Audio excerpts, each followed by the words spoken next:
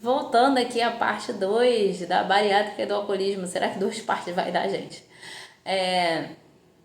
E aí, quando nós viemos pra cá, logo em seguida, ele trabalhava dia sim, dia não, e eu trabalhava de home office, então a gente tinha mais tempo junto. Então a gente também aumentou a qualidade do nosso relacionamento. E acabou que nessa qualidade de aumentada no meu relacionamento, eu engravidei. Eu já estava 3 anos sem método contraceptivo, mas a gente fazia a tabela e fazia outros meios também. E não tinha engravidado. E aí foi um susto. Eu descobri, minha filha já estava mais de 3 meses. É, eu descobri que estava grávida da minha segunda filha. E aí, o que acontece? Quando eu engravidei da minha segunda filha, o meu marido teve uma resistência. Por quê? Porque foi uma gravidez que eu passei muito mal. Eu tive uma gravidez de risco, não foi resistência à criança ou algo assim. Ele tinha resistência à pessoa que eu tinha me tornado. Porque ele queria continuar saindo, indo para barzinho, fazendo, e eu não conseguia, eu passava mal mesmo. Até porque até eu descobri que eu tava grávida, eu achei que eu tava morrendo, eu não tinha energia para mais nada, eu tava passando muito mal. Então ele ficava assim muito agoniado, porque ele queria fazer as coisas e eu não queria, não conseguia. E aí, eu grávida comecei a observar que talvez a bebida tivesse num lugar no nosso relacionamento que não era legal. E aí eu lembrei, porque a gente também, várias brigas, a gente não é um casal assim que briga muito. Como é que eu posso dizer assim? A gente não passa a semana que briga. Mas se a gente tiver bebido e tiver uma coisinha assim, ela vira uma briga. E normalmente são brigas feias e com ofensas, com palavras duras e até com terceiros também, né? Então, assim, eu percebi que a bebida estava num lugar, isso grávida da minha filha, que não era um bom lugar no nosso relacionamento. Inclusive, eu tentava conversar isso com ele, mas não adiantou nesse período que eu tava grávida, né? E aí grávida, inclusive, falei com ele, acho que quando eu voltar a beber, eu não vou querer mais que a gente faça dessa forma que a gente faz. Mas falar com ele naquele momento era inútil. Então eu só vivi. Aí eu tive minha filha e a minha filha ficou internada, né, assim que nasceu. E foi um momento assim, primeiro momento assim que eu tive depois que ela nasceu um pouco complicado. Nisso a minha outra filha já tinha feito tratamento com psicólogo, já estava bem na escola, já estava tudo caminhando, mas também era mais uma novidade para ela. E às vezes, quando a gente está muito preocupado em beber, e mesmo que a gente esteja em casa, beber, ter o nosso momento, a gente não consegue observar certas coisas, certos pontos. Infelizmente, não consegue. É porque a gente justifica muito o nosso egoísmo num algo ruim que aconteceu, alguma coisa assim. E aí, quando isso, eu tive esse estalo, quando eu tava grávida dela, aí eu tive ela, né, óbvio, e quando chegou um momento, assim, que ela entrou na alimentação e que o peito, né, seria somente, assim, na hora de acordar, na hora de dormir, eu retomei a beber com ele. E aí, retomei a beber bem devagarzinho, retomei a beber um dia aqui, outro dia ali, aí conhecemos amigos que bebiam e a gente bebia, aí era resenha, era música. E aí quando eu vi, eu já estava ficando bêbada algumas vezes, principalmente quando vinha alguém para ficar com a gente ou quando a gente estava com alguém. Por quê? Porque como a gente ficava muito sozinho, quando vem alguém a gente se empolgava. Primeiro, porque quando vem alguém, seja um avô, uma avó, um tio, a gente tinha aquela rotina com criança, criança, criança, aquela pessoa dá atenção para aquela criança. E aí o que acontece? Você se liberta, assim, você fala, meu Deus, hoje eu não tenho, vamos dizer assim, aquele compromisso. Você sabe que a criança tá ali com alguém, sabe? Que é uma coisa que a gente não tem nunca. A gente não consegue ter. Então a gente ficava muito empolgado. Ou quando a gente tava com a pessoa também conversando, resenhando, era uma alegria, porque não era só nós dois conversando, então a gente tava conversando com gente. E aí eu percebi que eu tava começando a ficar bêbada, né? Com facilidade. Talvez eu acho que também pelo cansaço também, né? Você tem uma criança pequena, tem outra criança, e aí você bebe além do que deve, e aí aquilo já vai te deixando alegre, e quando a gente se afasta das pessoas, isso gera muita mágoa na gente, porque o que acontece? As pessoas permanecem no lugar delas, com os amigos delas, com a vida delas, e você no começo se sente muito sozinho.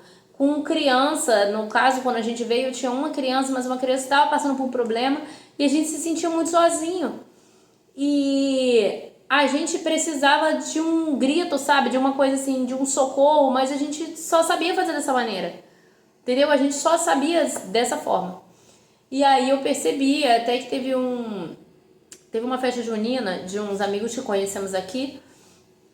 E aí teve bebida liberada, teve tudo, e a gente tava com as crianças, os meus pais estavam também. E naquela festa eu fiquei bem bêbada mesmo, bem bêbada.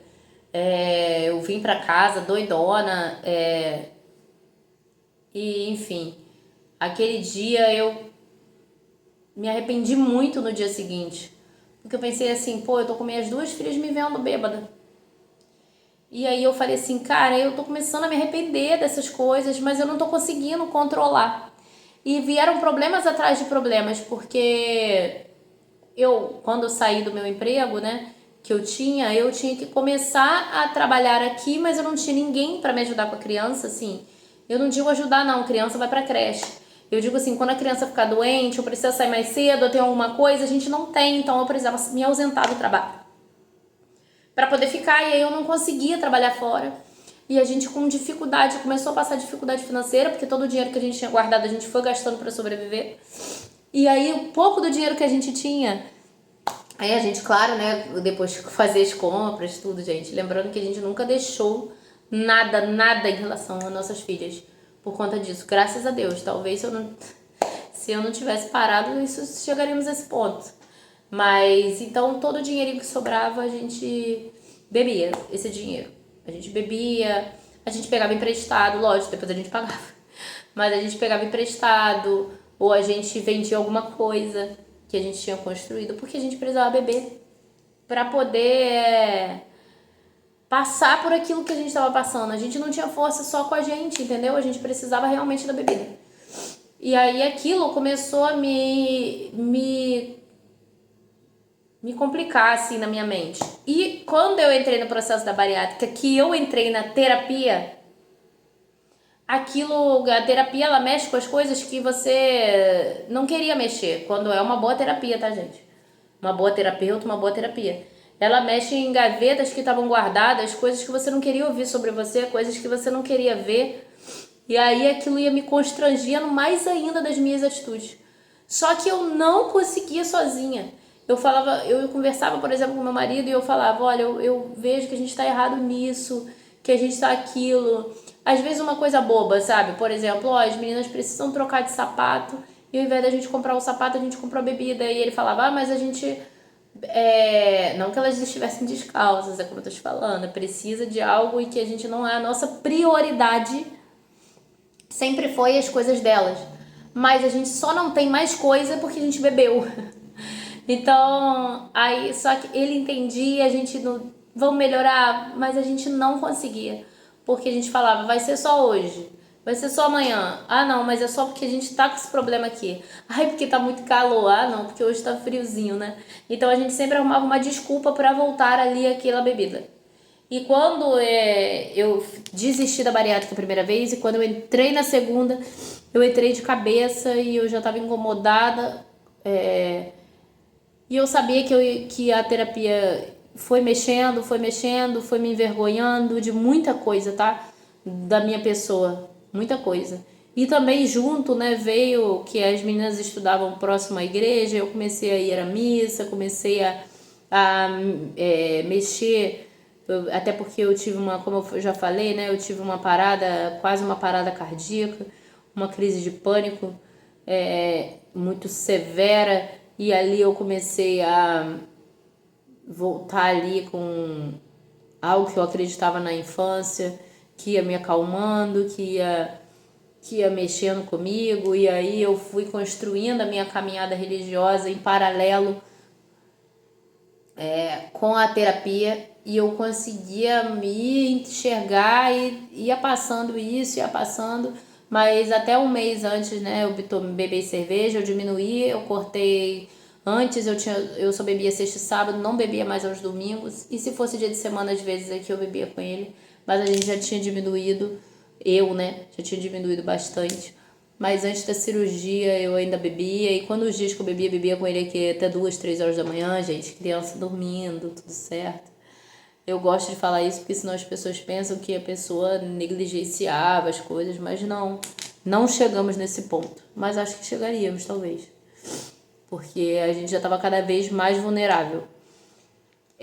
Principalmente por problemas. E o meu marido parou de falar com a família dele. Ele ficou 1 ano sem falar com ninguém. E agora tá mais 1 ano, ele não fala com os irmãos. Então, assim, um movimento para ele muito difícil. Porque ele tinha que tirar aquelas pessoas da carne dele mesmo, tirar da vida dele.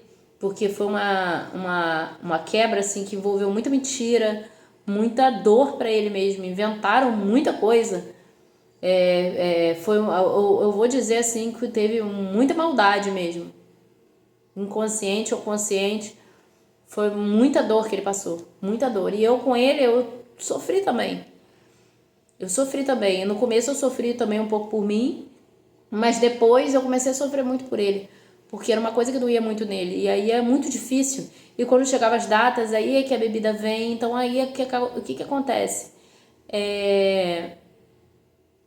Eu parei, né, quando eu fiz a cirurgia, eu não tenho vontade, tá, gente? Não tenho vontade nenhuma. Parei quando eu fiz a cirurgia a bebida, mas eu vi que ele estava continuando. Normal, todos os dias da semana, os finais de semana. E eu tinha percebido o quanto isso adoecia tudo, né? Porque uma pessoa que está sensibilizada emocionalmente, uma pessoa que está vulnerável, que está bebendo, o que ela vai entregar para essa família, né? O que a gente vai entregar um pro outro? Porque é só isso aqui, ó, e só isso aqui cair, que é um grito, mas é tanto de um lado quanto o outro. Primeiro porque, como eu falei, eu tomei a minha vida pra mim muito cedo, então eu sou uma pessoa imperativa.